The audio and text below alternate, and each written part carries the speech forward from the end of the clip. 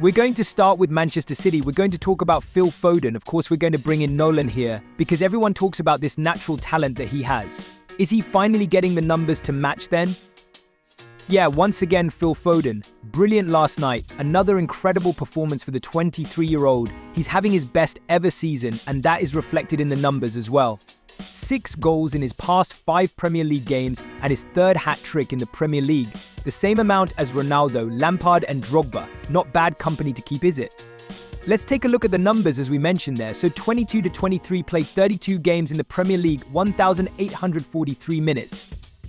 You can already see he's actually played a similar number of games this season. However, he's got considerably more minutes, more goals 11 to 14, more assists 5 to 7, and you can see once again shots on target. He's having more. He's in and around the box. He's creating more chances. The pass completion is completely different as well. And the possession won high up the pitch, you can see 91 to 113. So in every single element of his game, he is having a more effective season, and he is a huge part of what Pep Guardiola is doing at the moment. Let's look at the heat maps because this gives you a real indication as to how much things have changed for Phil Foden, particularly with his positioning. You can see last season in the Premier League mostly operating down that left-hand side, a little bit out on the right, but generally you can see all of the activity for Phil Foden was on that left-hand side as a left footer. He was down that left channel. This season though, completely different. You can see in the Premier League he's playing more so on the right-hand side, so he's coming off that right-hand channel infield. He's picking up more central roles than perhaps he's ever done, and that's something that perhaps would lead to those extra numbers. So you can see the difference between the 2 heat maps as to how effective he is. Obviously, you have to bear in mind as well, no Kevin De Bruyne. So perhaps he's had that opportunity to play a little bit more centrally for Manchester City, but no question, he has been absolutely superb, and the scary thing is, he can get even better at just 23 years old. So my question, I guess, to Michael is, what a treat it must be for Pep Guardiola to have a player like him at his disposal who can play in multiple positions, but how impressed have you been with the way he comes off that channel and plays centrally? Oh, he's been outstanding. There's no getting away from that. You look at the numbers and he wants to get into that 10 position. I think De Bruyne's injury sort of helped Phil get his minutes, but he's taken his opportunity. I think he's justifying why 2 or 3 years ago there was a big clamour that Pep had to let him go on loan. He needs to get minutes. He needs to get minutes, but he's learning under the best manager in the world, and he knew this moment was going to come, and he's not an out-and-out winger. He doesn't want to drop his shoulder and get down the outside. He wants to find those pockets and those little half spaces, and his goals last night, his work rate, his enthusiasm for the game, he's a joy to watch. He absolutely is, and a joy to watch when he's playing for England as well, but there's a big question here, isn't there? Heading into the Euros, if you were Gareth Southgate, would you be trying everything to get in those positions for England in particular? I think that's the tough question. You've got Jude Bellingham, who's obviously out and out 10, so whether they can try and lopside it, they push a fullback high and they can bring him in off the line and keep Saka out wide. We know Gareth likes his 2 pivots, so whether he can mold the back 4 into a 3 and bring him in with Jude, because that'll be some players. Those 2 10s with Harry Kane down the middle and Saka on the wide. It's mouth-watering thinking about it, but how you fit them into the system that Gareth wants to, that's the really tough bit.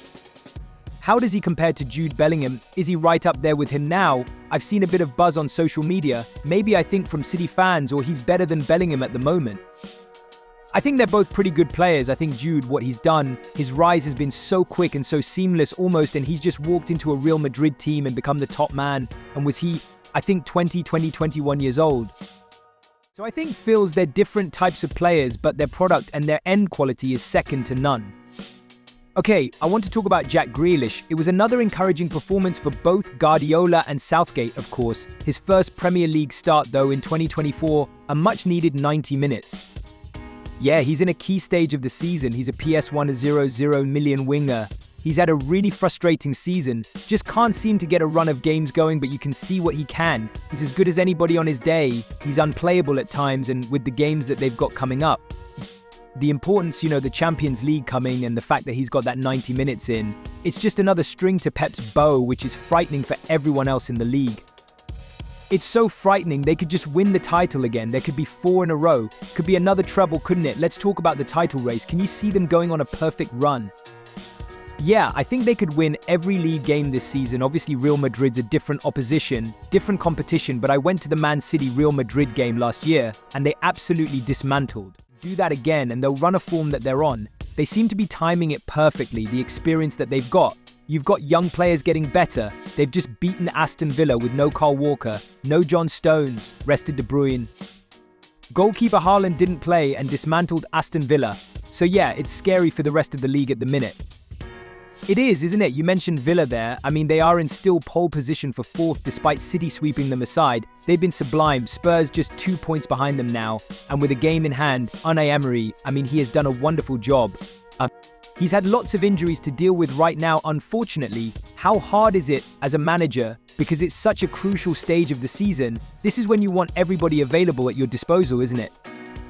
Absolutely, I think that's why you saw so many changes in the games last week. Sorry, this midweek. It's probably the last chance you're going to get an opportunity to rest a few players because of the importance of the European games kicking back in. So you need a little bit of luck. And what Unai Emery's done at Aston Villa in the last couple of years has been absolutely amazing. Where they've come and where they are. The fact they're even in the conversation for the top 4. But you know, Anders has done the same thing at Tottenham. It's a mouth-watering prospect for the Champions League places and the title.